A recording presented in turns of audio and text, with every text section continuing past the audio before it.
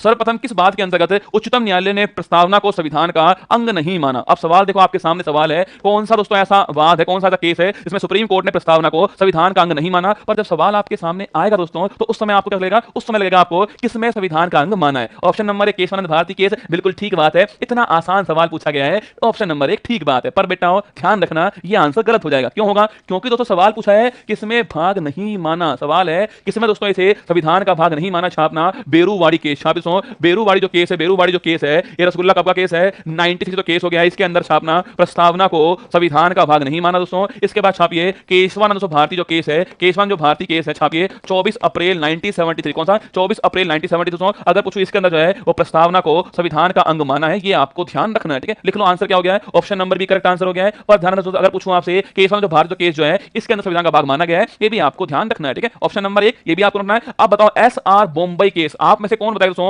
इस केस के अनुसार कौन सी बात जोड़ी गई थी संविधान के अंदर? कमेंट बॉक्स में आपको छापना है। एस आर बॉम्बई केस क्यों फेमस है, इसका आंसर आप